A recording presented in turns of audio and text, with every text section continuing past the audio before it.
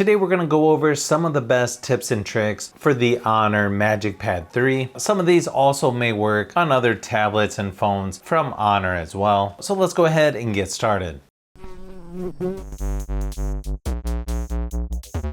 One of the cool features on this tablet is you've got the side panel where you can swipe and hold from either of the edges for shortcuts to pretty much any app that you want to use. Somewhat similar to the Edge panel on Samsung, but I actually think this might be a little bit better. Then you can open up apps in floating windows. Then you can tap on each app and move it around or resize it how you like.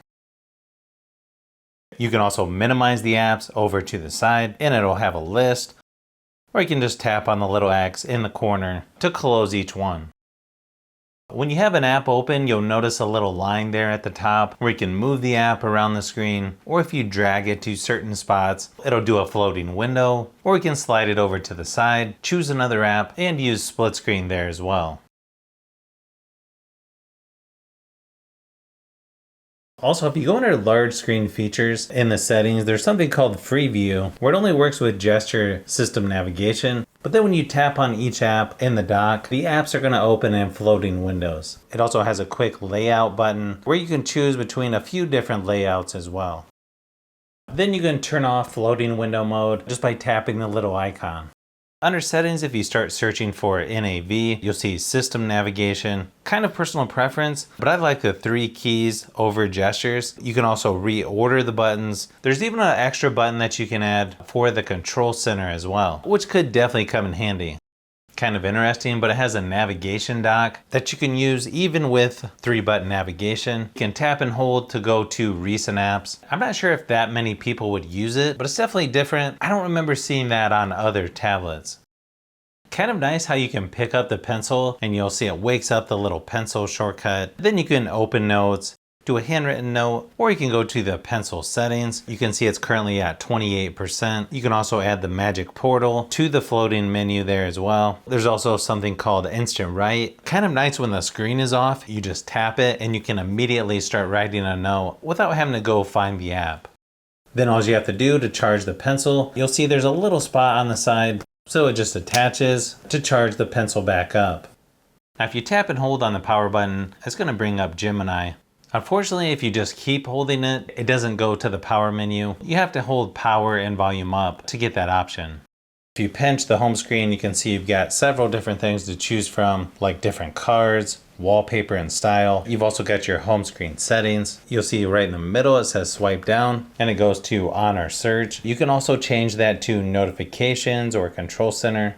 Up in the control center, you'll see you've got quite a few shortcuts to choose from. Tap the little arrow, you can see some more. For the screen brightness, if you tap towards the bottom, you'll see auto brightness can be turned on and off. Same thing with volume, if you just tap on the little icon, it'll mute it. Swipe on it to turn the volume back up.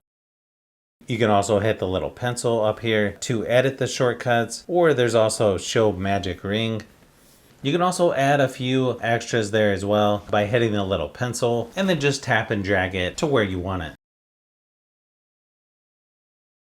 If you swipe down where the notifications are, you'll see there's a little icon there that you can tap on and it gives you quite a few options to customize. You can choose list, stack, count. If you go under status bar, it even lets you choose how the battery percentage looks. You've got hide, inside, or outside. Under the pencil settings, under double tap switch, you can switch between the current tool and the eraser just by double tapping the pencil. There's no other options currently, but you can also turn that off if you don't think you're going to use it. If you go under settings, under home screen and style, you get the option of standard where it puts all the apps on the home screen and then you just swipe back and forth, similar to an iPad, or you can choose drawer where you can swipe up to access all of your installed apps. You can also choose whether new apps are on the home screen by turning that on as well. Personally, I probably just leave all the new apps in the app drawer. You'll also notice if you have a lot of apps, you can just tap on the little letter there on the side where it jumps automatically to the first app that starts with that letter.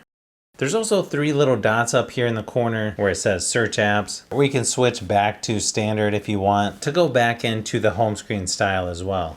I think another thing most people should know is if you want to connect this to a TV, external monitor, or projector, it's actually pretty easy just to use a USB-C to HDMI adapter. So you can just plug this in, the charging port, and then plug an HDMI cable from the other end, to whatever you're trying to connect to.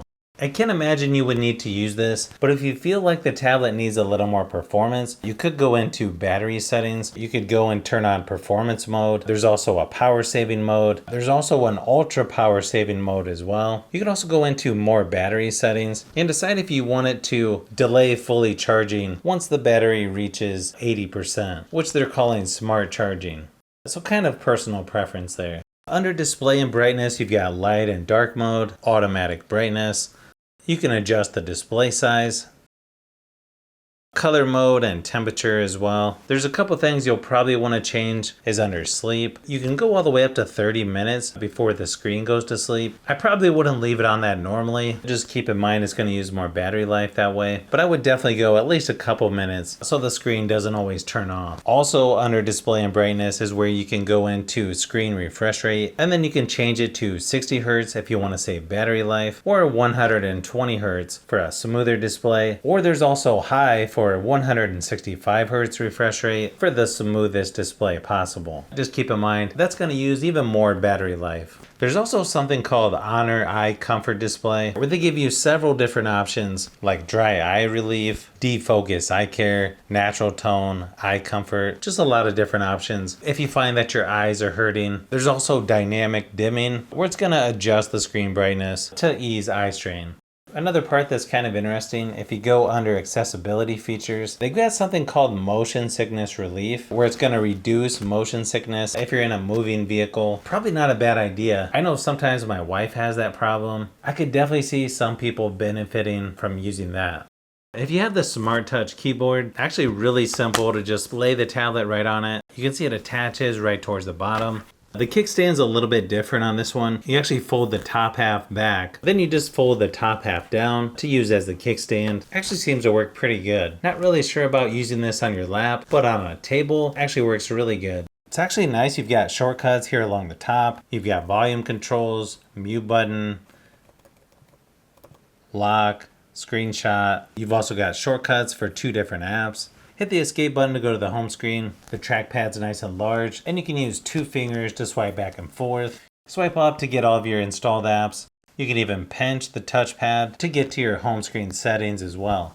Overall, I think the keyboard is actually really nice, especially if you plan on typing out a lot of papers or just anything that you're going to be typing. I think the keyboard is definitely worth having if your tablet didn't already come with it. So hopefully this gave you a few ideas to try out on your new tablet. If you like tablets, phones, and other tech, I've got a lot more stuff that I'm working on as usual, so keep an eye out for those upcoming videos.